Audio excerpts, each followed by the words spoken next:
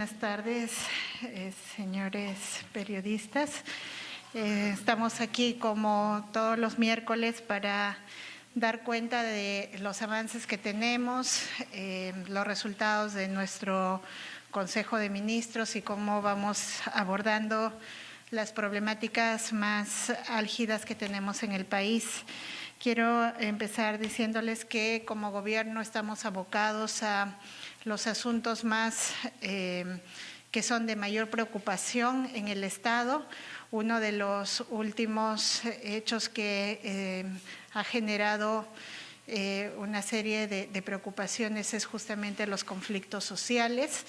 Como hemos venido explicando, nosotros hemos encontrado un conjunto de conflictos en situación aguda muy importante. Hemos ido trabajando en desescalar varios de ellos. Eso sucedió en Cotabambas, en la zona de Puno, en Coata, en Trujillo con los ronderos, en zonas como Chalhuahuache, etcétera, y todos los hemos ido abordando con una política de diálogo abierto y empezar a cumplir con muchos compromisos que estaban pendientes. Sin embargo, estaba todavía pendiente el conflicto de la zona del corredor minero, específicamente la zona de Chumbivilcas, que está en Cusco, que tenían tomada la carretera a raíz de protestas por una serie de demandas que tienen en relación a situaciones que consideran que se necesitan abordar por parte de la empresa y también por parte del Estado. Nosotros, en primer lugar, hemos estado abordando esta situación de conflicto desde un primer momento. Lamentablemente no se lograba llegar a algún acuerdo, que la empresa y las comunidades se pusieran de acuerdo, y eso ha ido, por supuesto, escalando.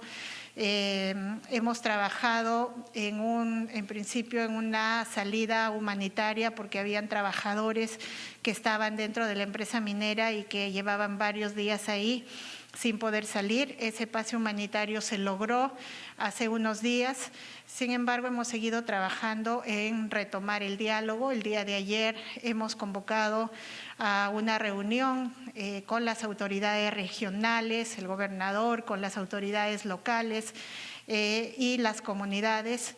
Y producto de ese diálogo hemos hecho una propuesta para que retomemos el proceso de diálogo y atención a las demandas de la población, de todas las comunidades que están en esa zona. Así proponemos, digamos, una salida integral y un abordaje integral a toda la problemática. Sin embargo, hemos propuesto que para ello necesitamos también que se flexibilicen las medidas de fuerzas tomadas por la comunidad. Ellos quedaron en confirmarnos el día de hoy si es que levantaban la medida de fuerza. Entendemos que todavía están algunas de las comunidades en consulta con, digamos, sus bases, con la gente de estos lugares, pero tenemos que saludar que al menos 8 comunidades de la zona ya han manifestado su deseo de levantar la medida de fuerza para continuar con el diálogo, y nosotros nos hemos comprometido el día 30 de diciembre a estar en esta zona de Chumbivilcas con los ministros de Estado, con la empresa, para poder abordar ya de manera integral la situación que les preocupa a estas poblaciones. Entonces, estamos avanzando, creo que se están dando pasos importantes y quiero agradecer a todas las partes que están colaborando, a las propias comunidades, que creo que más allá también de tener reclamos justos, creo yo, también están cediendo y están de alguna manera mostrando su vocación dialogante, descartando así también esas a veces calificaciones que se hacen de que son gente solamente violentista, y creo que no es así. Hay que escuchar a todas las partes, también hay que manifestar que la empresa está en disposición de volver al diálogo y son avances importantes que vamos generando.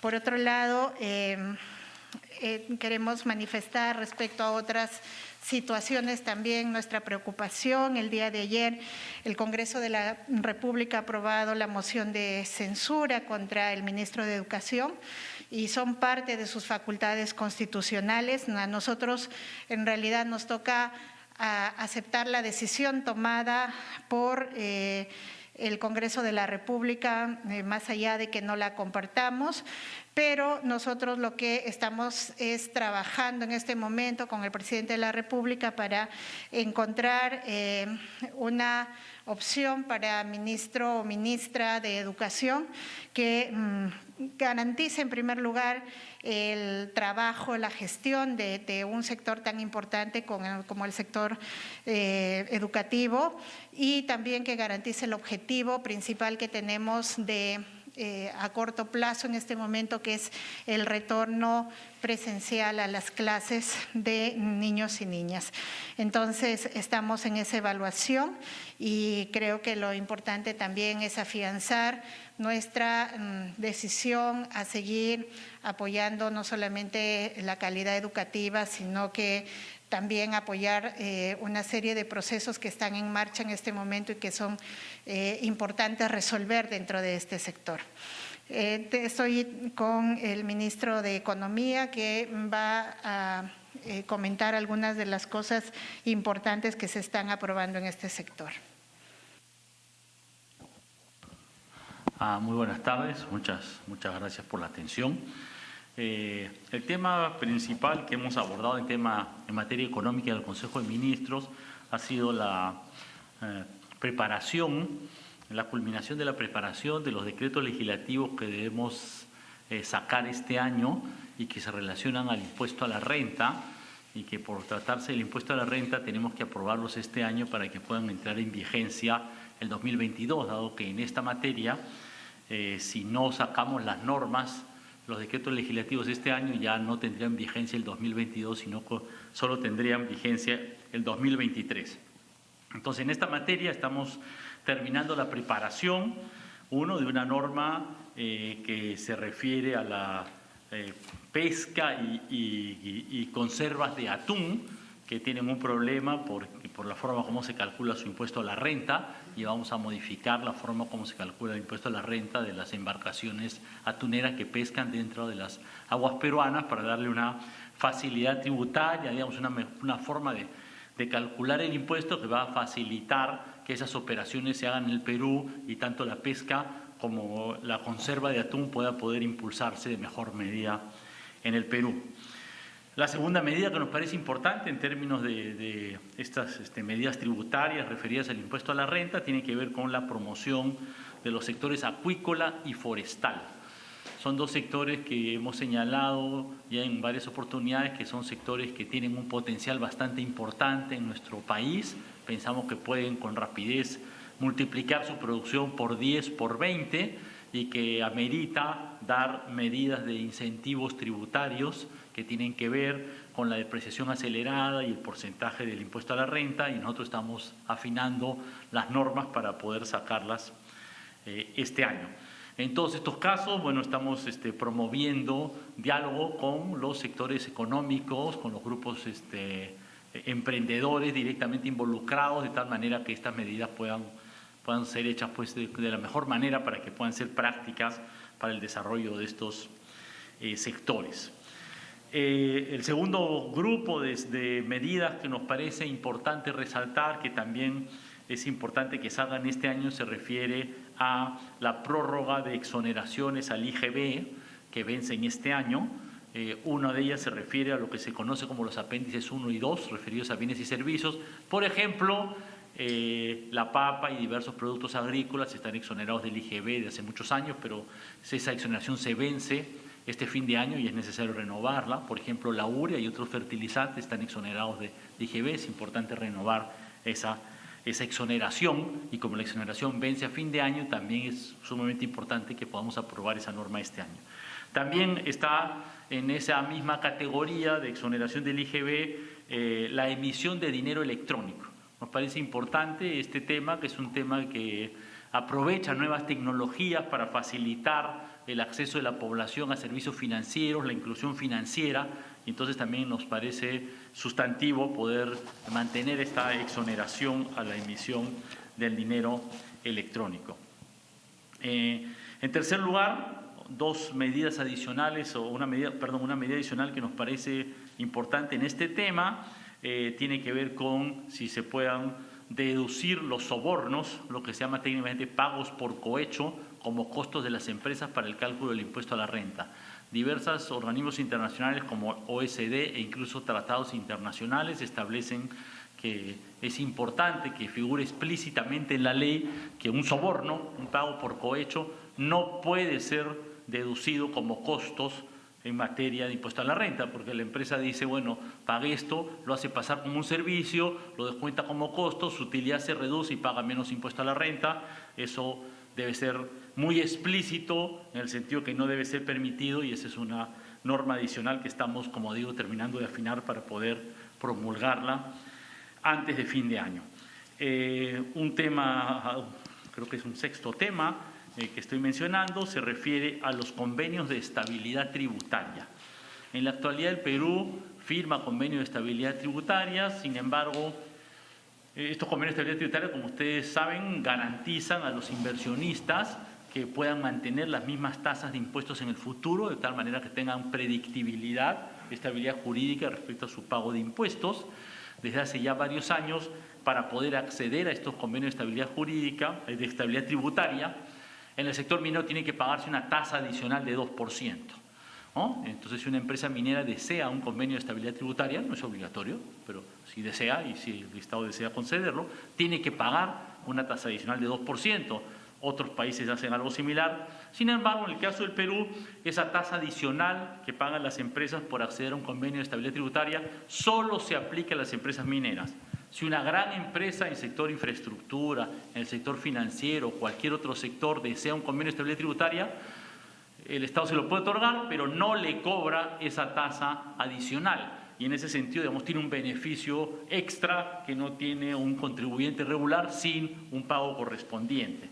En ese sentido, dado que esta medida de estabilidad tributaria también aplica a las tasas del impuesto a la renta, lo que hemos considerado y que estamos, como digo, terminando de preparar las normas correspondientes, que estos convenios de estabilidad tributaria puedan seguir aplicándose, pero que la sobretasa del 2%, la tasa adicional de 2% para acceder a estos convenios, también se aplique no solo al sector minero, sino al conjunto de sectores de la economía, y que sea una política general.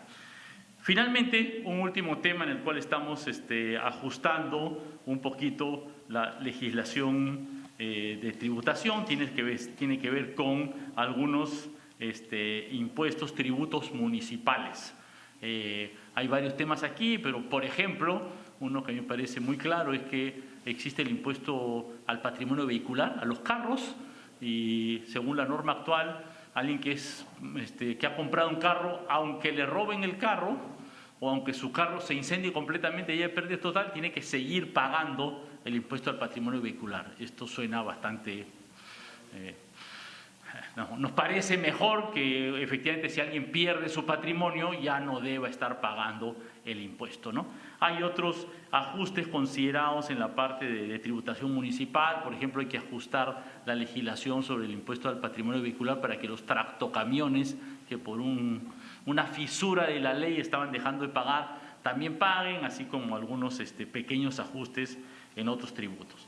Entonces, este es un primer gran tema que queremos señalar porque ya estamos casi a fin de año, tenemos el plazo bastante corto y entonces estamos apretando el paso para dar los últimos ajustes a las normas para que puedan salir aprobadas y promulgadas la próxima semana. Un par de temas adicionales que queríamos mencionar en esta reunión, sobre el tema tributario. Sí, también hemos informado al Consejo de Ministros que, bueno, posteriormente, para otros tipo de impuestos que no son de base anual, o temas de cambios tributarios que no son de base anual, ya posteriormente, en el primer trimestre del año, seguiremos preparando los decretos legislativos correspondientes y cuando corresponda, ¿no?, los proyectos de ley que deberán presentarse al Congreso.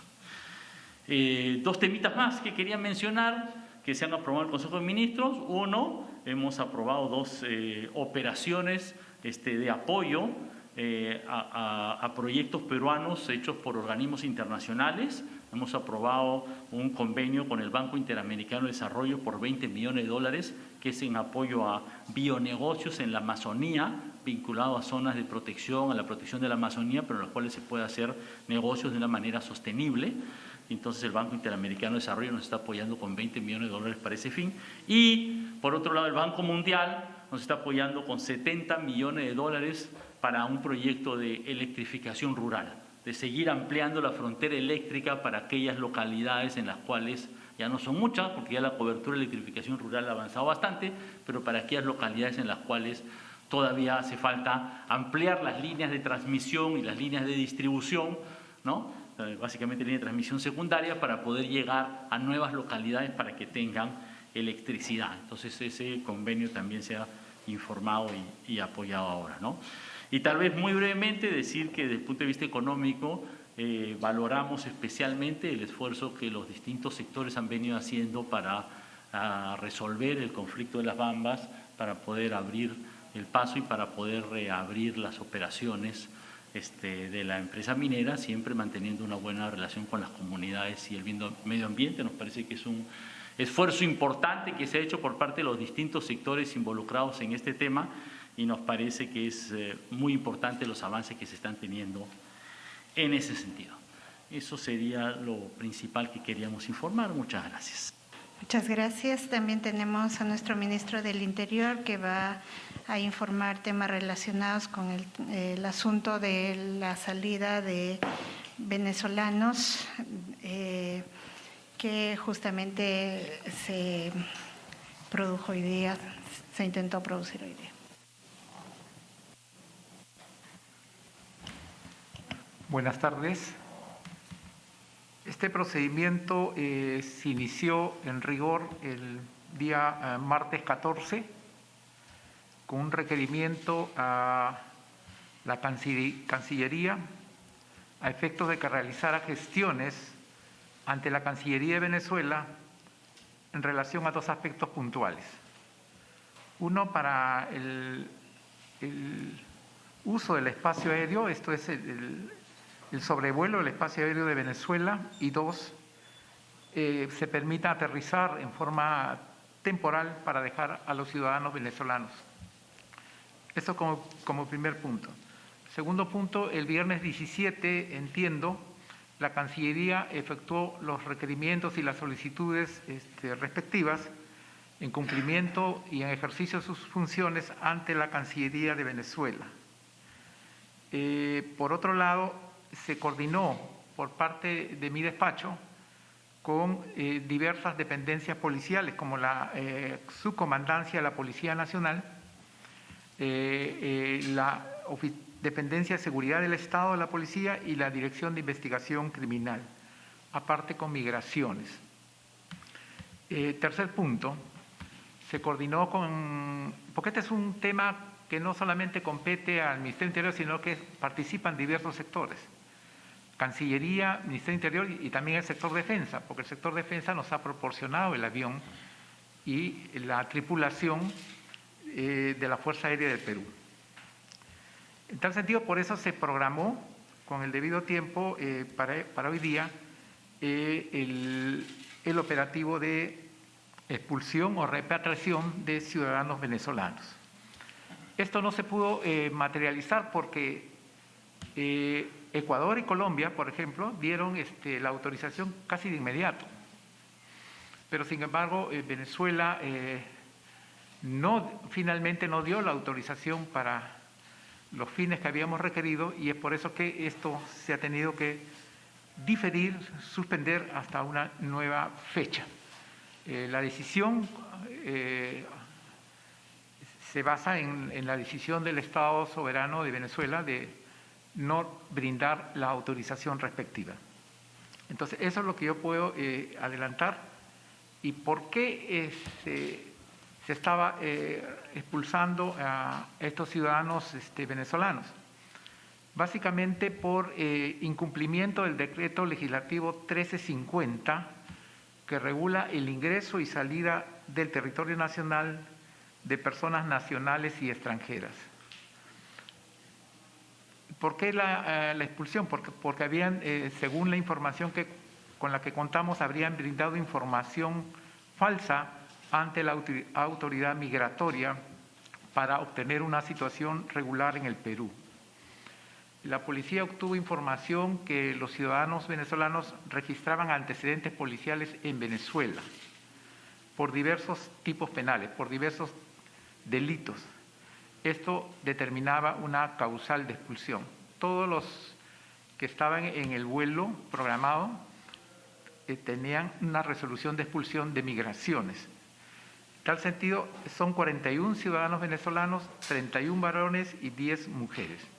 Eso es en líneas muy gruesas lo que ha ocurrido en la mañana en relación a la situación del traslado de los ciudadanos venezolanos, que lamentablemente no se pudo materializar única y exclusivamente por la decisión del Estado venezolano.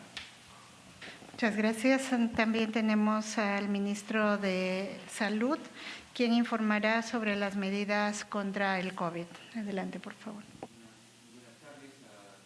A todos ustedes, gracias por la atención. Quiero simplemente actualizar en primera instancia algunas cifras de hoy a primera hora, que son las que tengo en mi poder. De la población objetivo se han vacunado hasta hoy en la mañana muy temprano 21 millones de personas ya con 2 dosis. Tenemos el 86.7% de la población peruana objetivo con 1 dosis y 75.3% de la población objetivo con 2 dosis. Tenemos asimismo 2.600.000 personas vacunadas con la dosis de refuerzo. Estas son las cifras que tenemos hasta hoy a primera hora, que seguramente se van a incrementar porque son cifras que vienen de distintas partes del país. Quiero señalar también algunos datos epidemiológicos muy rápidos. Una de ellas es que la tasa de infección es la tasa de infección en mayores de 60 años en la población inmunizada y no inmunizada por semana inmunológica. Las personas no inmunizadas mayores de 60 años, de acuerdo al reporte del órgano de control del Ministerio de Salud, tienen 10 veces más riesgo de infectarse que los pacientes no inmunizados. De tal manera de que realmente la persona que no está vacunada tiene entonces 10 veces más posibilidades de infectarse. También una cifra que quiero dar es que justamente también dentro de las personas mayores de 60 años, las posibilidades de fallecer si hay un contagio es 21 veces más riesgo que las personas que están inmunizadas. O sea, el no inmunizarse genera un riesgo 21 veces mayor que las personas que están inmunizadas con las 2 dosis. La clasificación de riesgo sanitario por regiones y provincias al día de hoy son las siguientes. Las provincias que están en nivel de riesgo sanitario alto son Chepén, Virú, Concepción, Huamanga, Santa, Sullana, Piura, Sechura, Talara, Huancavelica y se incorpora Bagua. En estos distritos, en estas provincias, se detectaron incrementos del número de casos confirmados por COVID-19. La provincia de Sullana se encuentra en el nivel de riesgo sanitario alto desde hace ya 44 días. La variante que de lejos está provocando la mayor cantidad de casos es la variante Delta, que se acerca casi al 100% de los casos detectados. Cuando se hace el secuenciamiento es la variante que está apareciendo. Sin embargo, lo que ustedes conocen es la variante Omicron, que hasta ahora seguimos con los 12 casos detectados y corroborados. Esta variante Omicron ya se encuentra en 98 países, lo cual quiere decir que prácticamente se encuentra en casi todos los países del mundo. En Latinoamérica tenemos 29 casos hasta ahora registrados en Chile, 22 en Brasil, en México 23, en Argentina 454 casos, en Ecuador 3 y en Cuba 5 casos. Hay un paciente fallecido en el Reino Unido, que ya tiene, además, el Reino Unido, 37.100 casos. Los países efectivamente con mayor cantidad de casos son, además de Sudáfrica, es justamente Reino Unido, Dinamarca, Noruega y Sudáfrica. En el caso de la variante Omicron detectada y comprobadas aquí en el Perú, esta se encuentra, como ya lo anunciamos ayer, en la ciudad de Lima, en los distritos de Miraflores, La Molina, Santa Anita, San Isidro, Santiago de Surco, allí es donde están básicamente, ¿no? Recordemos que la variante Omicron se está comportando en todo el mundo como una variante de alta contagiosidad. En la mayoría de los países ha logrado reproducirse 2 días y medio, el doble de la cantidad de casos que tenían. Es una variante, además, que si bien no ha mostrado una letalidad, por lo menos hasta ahora demostrada, más alta que las variantes anteriores, sí ha mostrado 2 o 3 características. La primera es la alta contagiosidad. La segunda característica es que puede dar con mucha facilidad de nuevo un contagio por COVID en pacientes que ya lo han tenido. Y en tercer lugar, que produce una fuga inmunológica. Quiere decir que a pesar de estar una persona vacunada, la variante Omicron puede producir nuevos episodios de contagio con relativa facilidad. Por esa razón es que insistimos en la dosis de refuerzo, porque en los digamos, estudios iniciales que han organizado, que han desarrollado los distintos institutos mundiales, entre ellos la Universidad de Washington, nos han mostrado que en lo que tiene que ver con el porcentaje de anticuerpos neutralizantes, que es una de las formas en las cuales se mide la capacidad inmunológica del individuo, hay otros más, como la inmunidad celular y la memoria, pero en el caso de los anticuerpos neutralizantes, hasta ahora por lo menos lo que tenemos es una respuesta de un 75% de mejora, digamos, de la capacidad inmunológica con las vacunas Pfizer o con las AstraZeneca. En nuestro país la dosis de refuerzo se está poniendo justamente con estas vacunas, lo cual hace absolutamente recomendable que las personas completen las 2 dosis y se pongan la dosis de refuerzo a los 3 meses, como ya se está haciendo, de haberse puesto la segunda dosis, como se está haciendo en varios países del mundo, ¿no? Entonces, la recomendación de avanzar, estamos en el 75.3 en este momento de las personas vacunadas con 2 dosis. Necesitamos llegar al objetivo de pasar el 80% a la brevedad posible de la población vacunada con 2 dosis en el país. Queremos señalar que esta elevada contagiosidad de la variante Omicron, que ha sido ubicada como una variante de preocupación por la propia Organización Mundial de la Salud y la elevación de los casos en general de la variante Delta en nuestro país, nos hacen ponernos en el escenario probable de tener 2 incrementos importantes de variantes COVID, lo cual sería bastante riesgoso para nuestro sistema sanitario. Por eso es que se han tomado algunas decisiones en el Consejo de Ministros. Una de ellas es ampliar efectivamente el estado de emergencia nacional por el plazo de 30 días, 31 días calendario a partir del sábado 1 de enero, ¿no? Esto significa aprobar algunas medidas restrictivas por 15 días más. Apruébase el nivel de alerta por provincia conforme al siguiente detalle. Tenemos la mayoría de las provincias del país con niveles de alerta moderado, pero tenemos, como señalé al principio, 11 provincias con nivel de alerta alto. Esto significa la inmovilización social para los distintos niveles.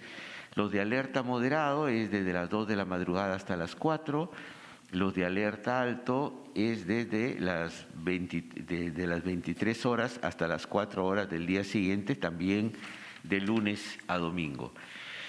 Se han prolongado las medidas restrictivas por 15 días más, ¿no? Por ejemplo, se suspende hasta el 16 de enero del 2022 el ingreso al territorio nacional de los extranjeros no residentes de procedencia de la República de Sudáfrica y la República de Botsuana o que hayan realizado escala en estos lugares los últimos días.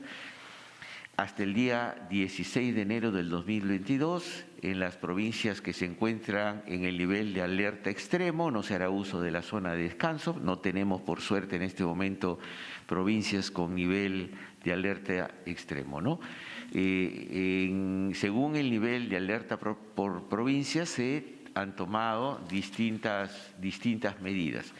Una de ellas, en el caso de las provincias que tienen alerta moderado, que es el caso de varias regiones, se han disminuido los aforos, ¿no? De acuerdo a la tabla que va a ser publicada en el día de hoy, ¿no?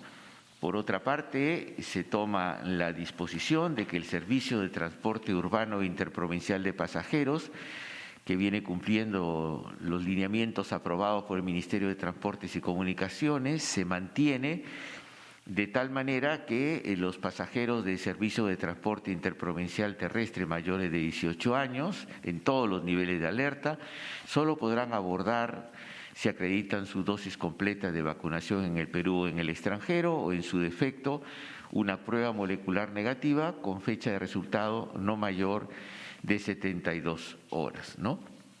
Por otra parte, los pasajeros del transporte urbano terrestre deben también portar su certificación de 2 dosis, así como los conductores y las personas que colaboran con el conductor cargando, pidiendo que suban los pasajeros a las unidades de transporte, ¿no? En los 4 niveles de alerta, ya sea moderado o alto, los mayores de 18 años que deseen ingresar a locales donde se desarrollan las actividades económicas y de culto que se brindan en espacios cerrados, que se identifican en el presente artículo, con excepción de farmacias y bodegas, tienen que presentar su carnet físico virtual que acredite haber completado en el Perú o en el extranjero su esquema de vacunación contra la COVID-19, además de usar mascarilla de manera permanente, según se establece en la norma. Se dispone que la verificación del carnet físico o virtual que acredite el cumplimiento del esquema completo de vacunación en el Perú o en el extranjero debe realizarse conjuntamente con algún documento oficial de identidad. Van a haber restricciones focalizadas por fiestas de fin de año.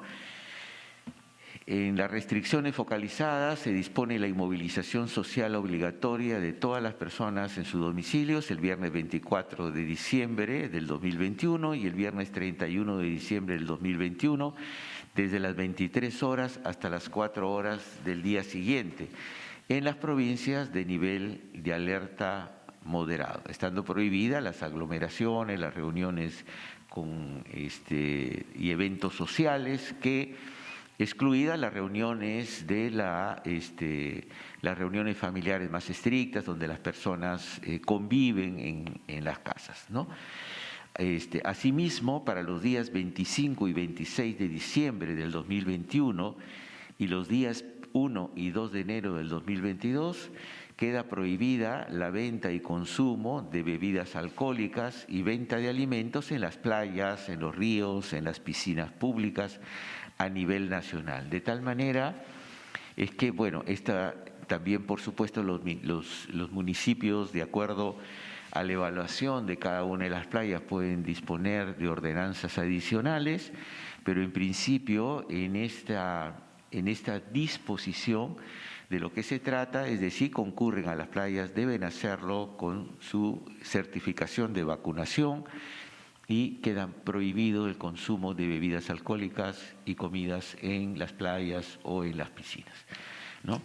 Bueno, esto es lo que tengo que informarles. De alguna manera la mayoría de estas medidas ya eran conocidas, pero de lo que se trata es de que se preserven las mejores condiciones sanitarias para evitar la reproducción de los contagios, para evitar que nos encontremos, como ya nos ha sucedido, el año pasado, en la primera semana de enero, segunda semana de enero, con una tercera ola que no podamos contener. Entonces, la decisión del gobierno es priorizar la salud, priorizar la vida de la población, más allá de las actividades sociales o festivas que pueden haber durante estas fiestas. Esto no significa que el núcleo familiar más cercano, el que esté en una casa, no se pueda reunir, lo puede hacer con los cuidados necesarios, pero evitemos cualquier forma de aglomeración para proteger la vida nuestra y de nuestros familiares. Muchas gracias a todos ustedes.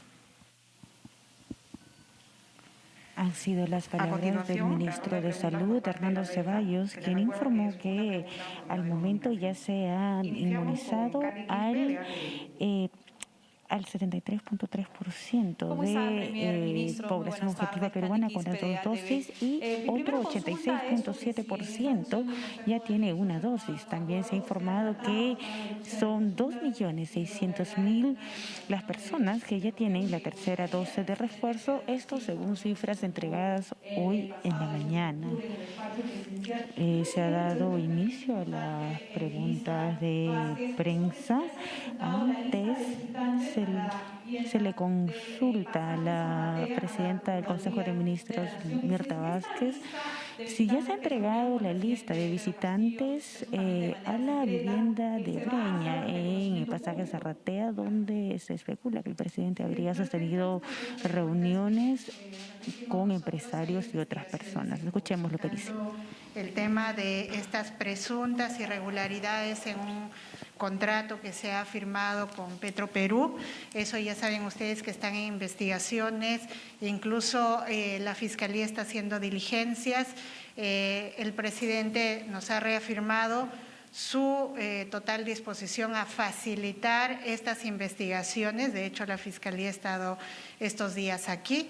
Se está entregando toda la información pertinente y también parte de estos gestos de aportar con el avance de estas investigaciones justamente es que el presidente de la República mismo se ha personado con su abogado manifestando su deseo de levantar el secreto bancario, tributario, de comunicaciones. Creo que es un gesto muy importante, sin precedentes, y por supuesto concurrirá a todas las diligencias que se lo cite.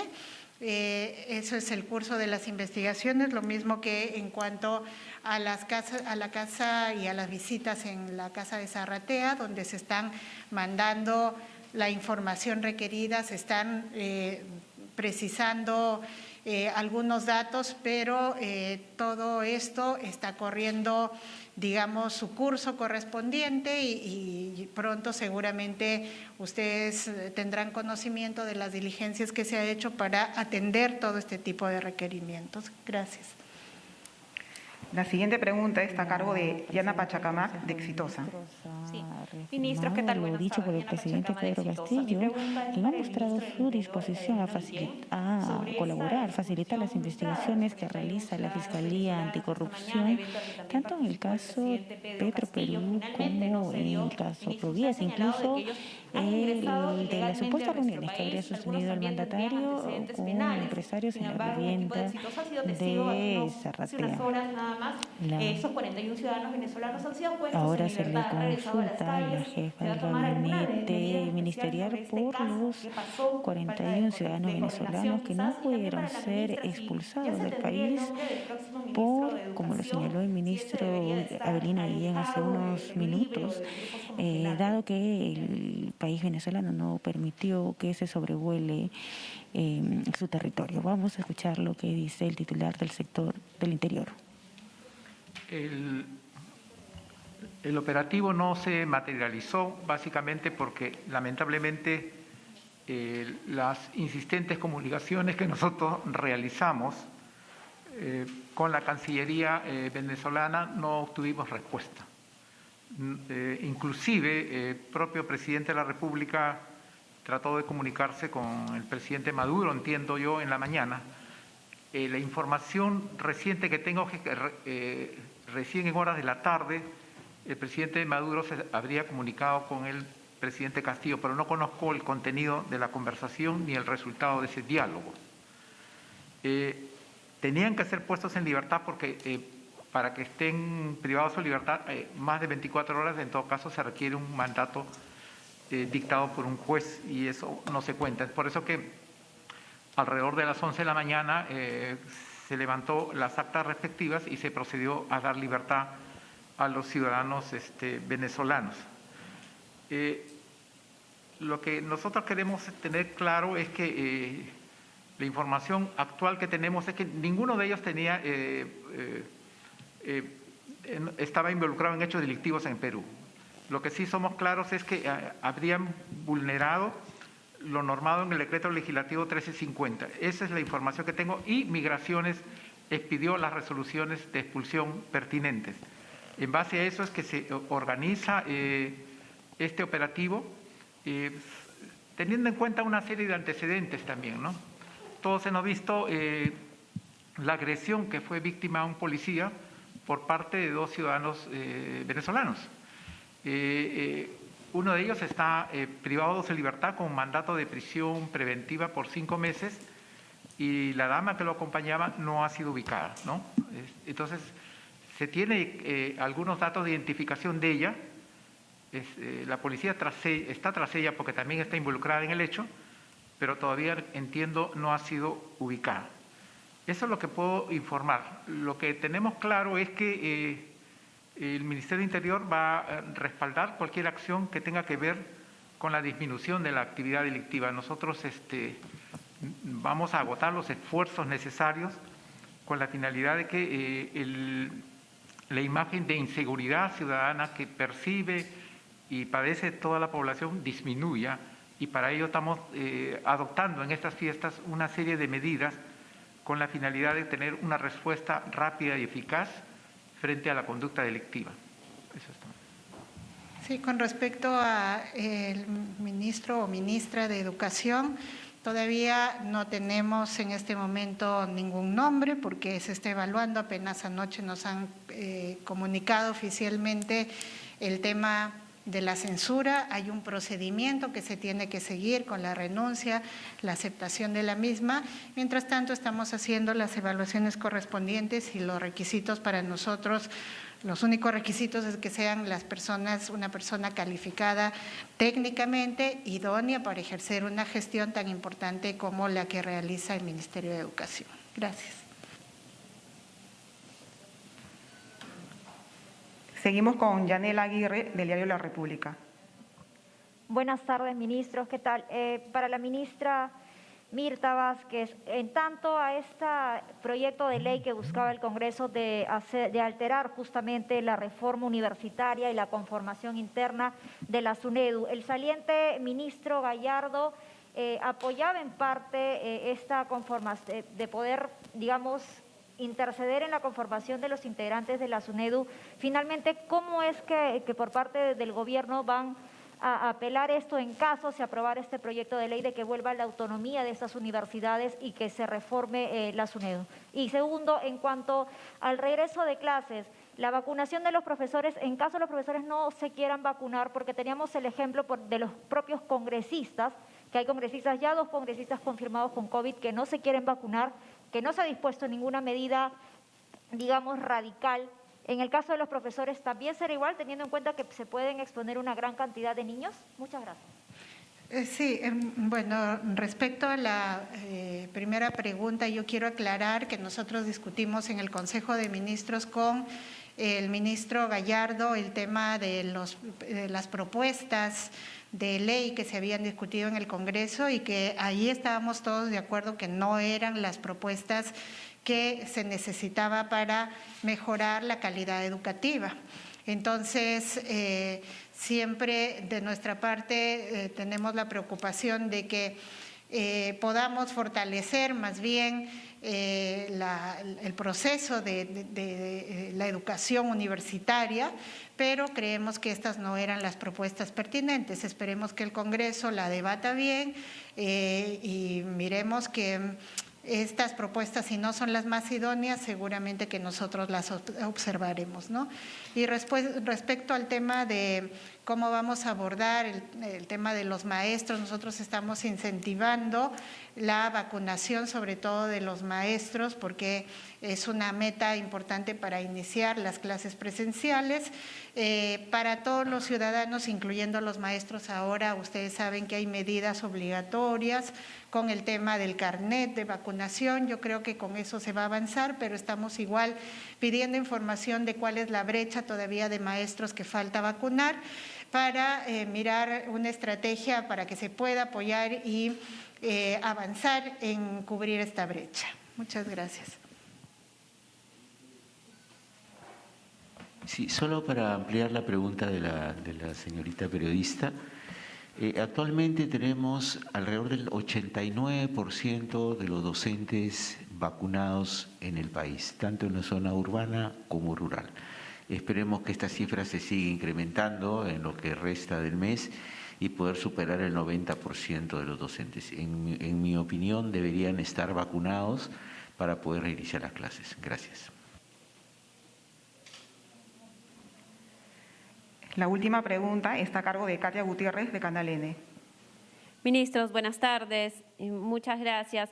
Ministra, mi pregunta iba un poco con los detalles de lo que fue la visita en la Fiscalía en Palacio de Gobierno, y esto tomando en cuenta, ministra, el acta fiscal donde se habla de la versión del secretario general de Palacio de Gobierno, Carlos Jaico, que señala que el presidente no permitió el ingreso.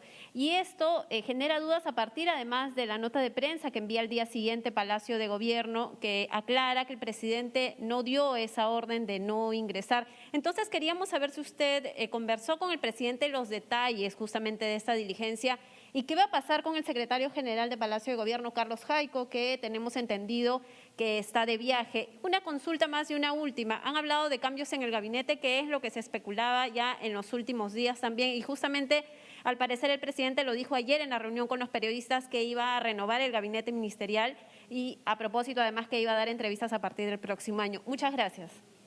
Sí, muchas gracias.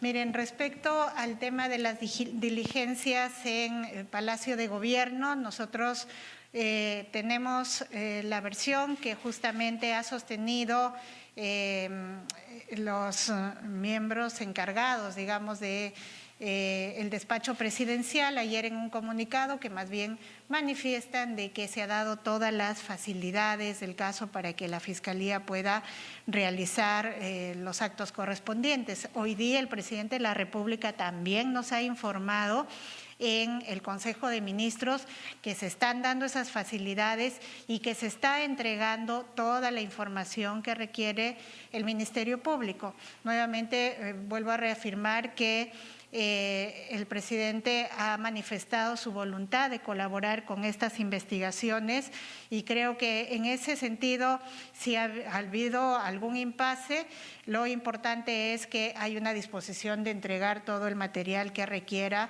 el Ministerio Público para la investigación correspondiente. En relación a lo segundo, sobre cambios en el gabinete, miren, como el presidente siempre lo señala, siempre hay evaluaciones, seguramente por fin de año habrá evaluaciones, entonces no se descarta si hay alguna decisión de cambio, pero por lo pronto nosotros venimos trabajando todo el gabinete en su conjunto y hemos estado en